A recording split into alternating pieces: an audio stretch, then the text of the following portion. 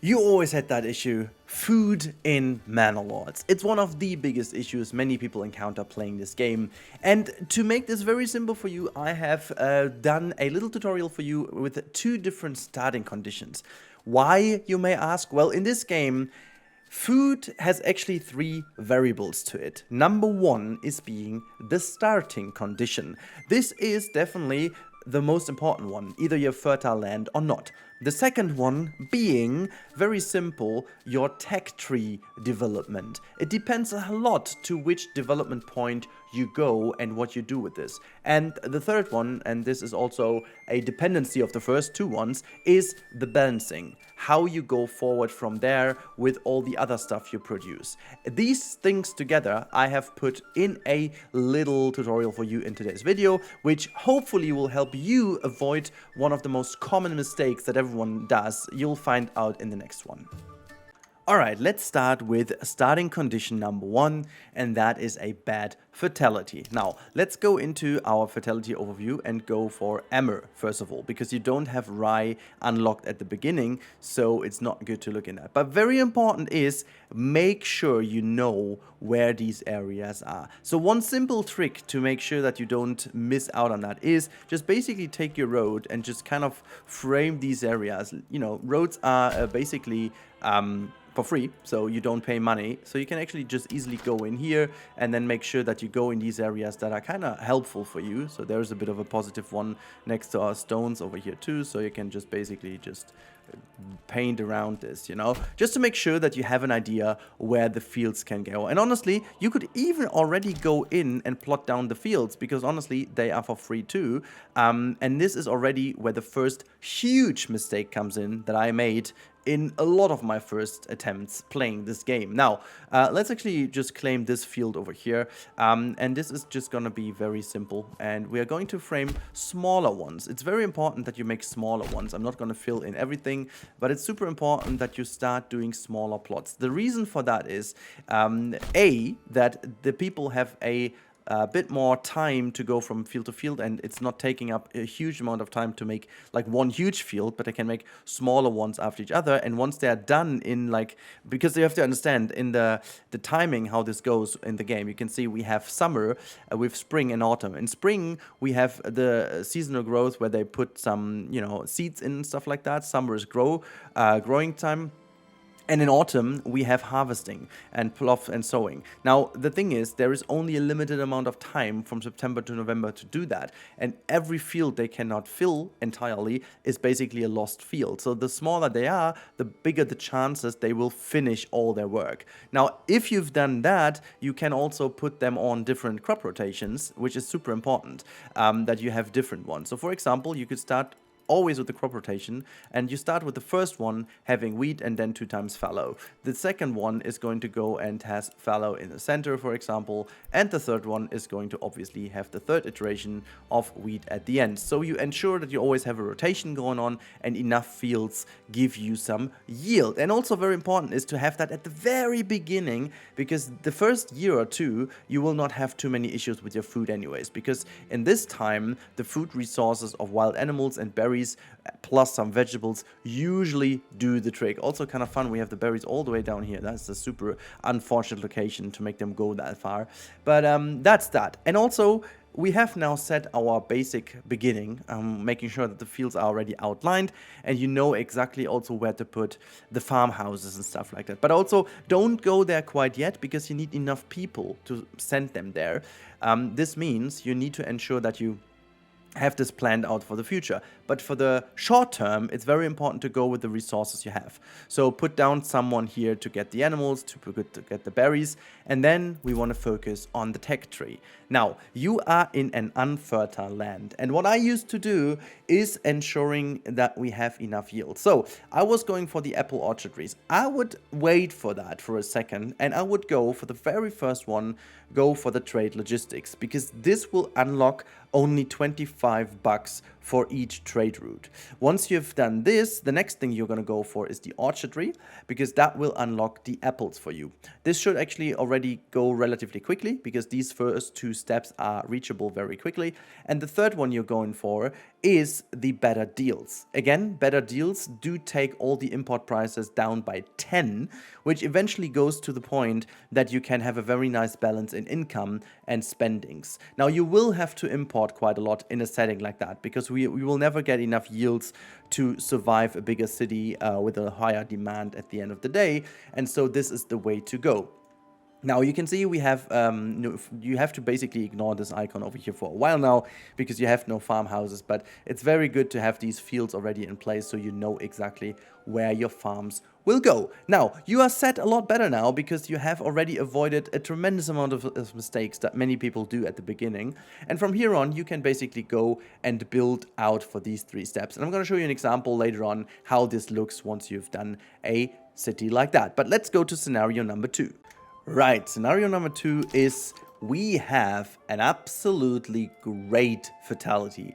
As you can tell, our entire tile is super green. You can see rye fatality is amazing, barley is kind of good, flax is kind of good, and so on and so forth. Now, you don't even have to check too much where you go, but what I would highly recommend, as this is also a kind of smaller tile over here, you want to make sure where you put your city. Well, actually it offers you already, we have a pretty nice starting location over here to develop your town in this direction. Now, you will not have an issue putting down fields, but in terms of efficiency, the same trick applies over here. As you have quite a bit of space, you could also go and say, okay, we are going to frame where we want to have the city. So you can see there is the little town center, there is some weaker stuff, and you also want to make use of the trees at the beginning. So we could utilize that spare space over here right away to put some fields down, and just ensuring that we have a very efficient way of doing that. So what I like to do sometimes also is like keep a bit of a opening here to put all like the mills and stuff in the middle. So we could also just make some smaller fields to make it very efficient, that they are going all, you know, around here. Just like you can do this nicer and more clean and more nice like I do right now, but the better it is at the beginning, the better you can deal with that. So this is also pretty neat. You also have to ensure that you have a granary in the center. I wouldn't do this at the beginning because you have not gotten any new stone or so, because stone is important for a granary, as you know. So make sure that you only put 1 down in this center location at the beginning. Don't go too quick. In general, that's a good tip for this game in general. Don't go too quick. This is most likely one of the biggest mistakes anyone does. Okay, so this is set up very nice. You can leave this as your first area to develop from, and then you build your town around here. Now, second thing is, you can still go for the berries and for, you know, for the wild animals. In this case, you only need 1 of those 2 because you have such a great fertility. You can push a little bit further into the farmhouse immediately, because that will give you the second year already a very good chance to make sure that you have all the farms already utilized with the windmill. But don't push too much for the first year, because you have some stuff, you will make it through the first winter. It's all good. You can focus on getting people first and meeting all the requirements to have a better approval overall, and hence have a better growth, because you need a lot of people for the fields.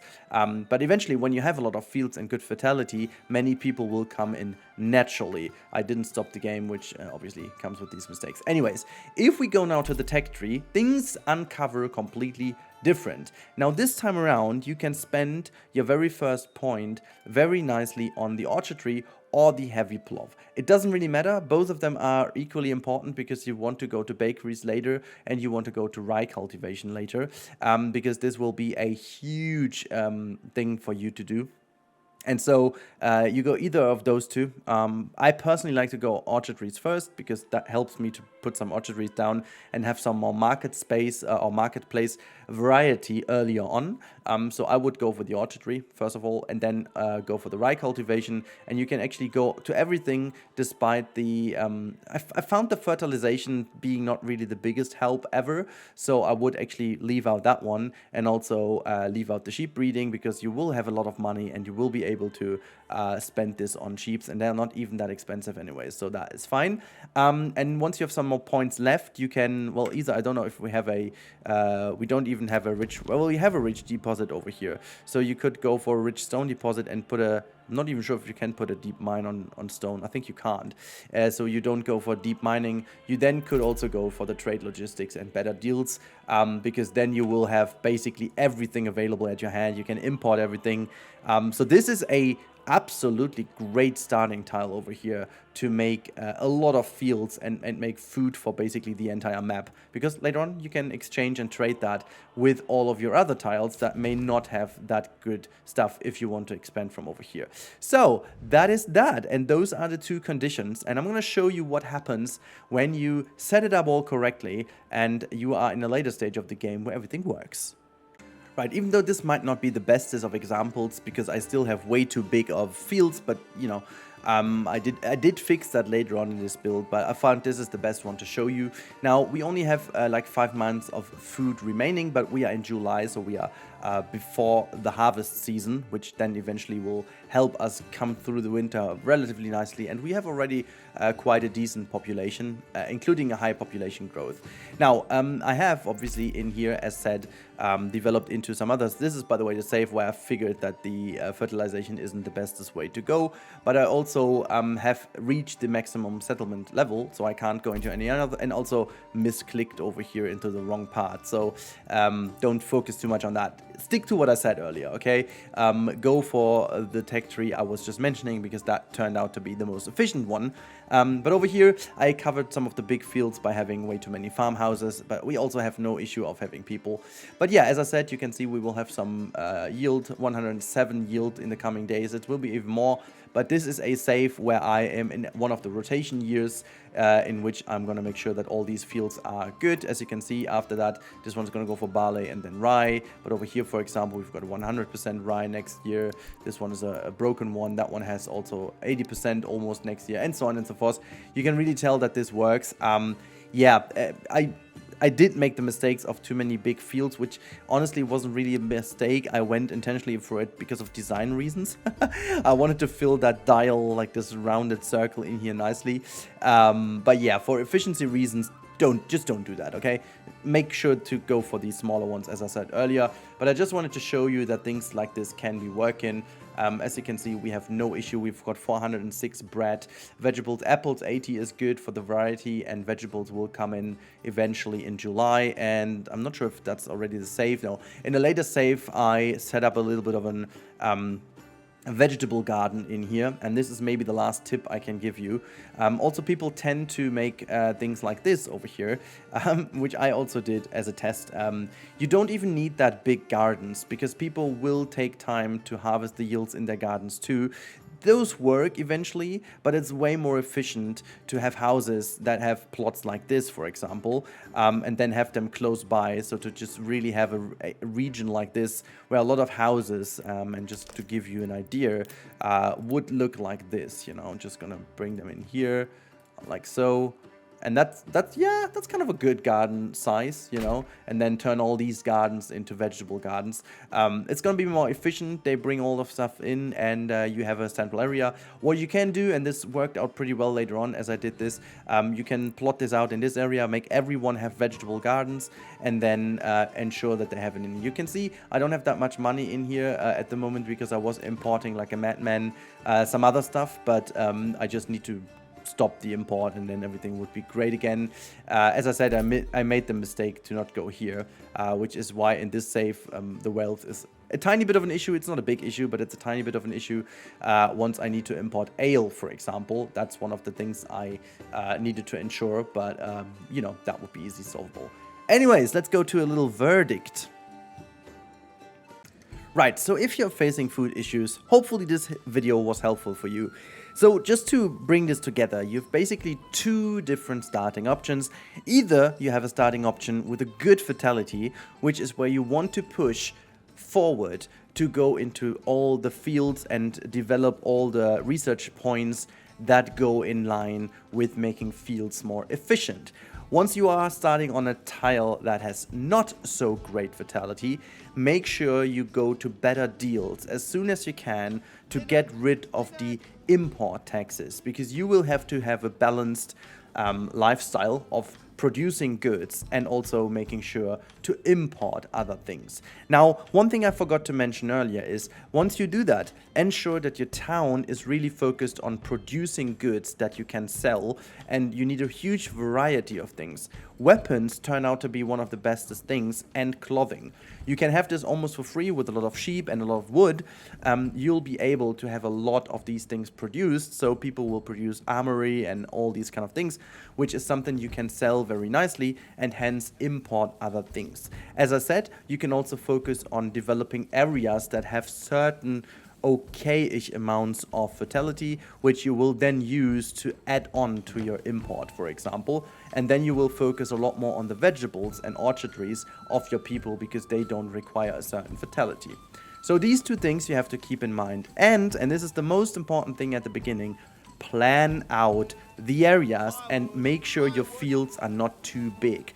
This is a common mistake that I have done multiple times and any other people have done too. You plan out big fields because this is something we are used to seeing, but it's not the way it works, so make sure that you have it a bit more smaller and then more efficient and have a lot of people working in your farmhouses. I should say that later on, as you've researched the additional plow, you will be able to assign an ox to your farmhouse, which you can do, but keep in mind, once the ox starts to plow the field, no one else can work in that field, hence this is blocked. Another reason to have more smaller fields is to not have a big field blocked by an ox, because you will have to wait until he's done. Now, this is that, and I really hope that was helpful for you. Keeping these things in mind will most likely get rid of all your food issues in this game. But as always, it's always a matter of balancing, so it's not like black or white, but definitely the beginning conditions define which one you're going more heavily leaned towards to. If you have any questions, put them down in the comments down below. I'm more happy to answer them as I can. And yeah, we will soon start with a brand new Let's Play, which is focused on high beautification and a super cozy town. Make sure to subscribe to the channel if you want to see that, and if you want to see more tips and tricks in Manor Lords or other games. I can't wait to see you there. Until then, have a wonderful time and goodbye.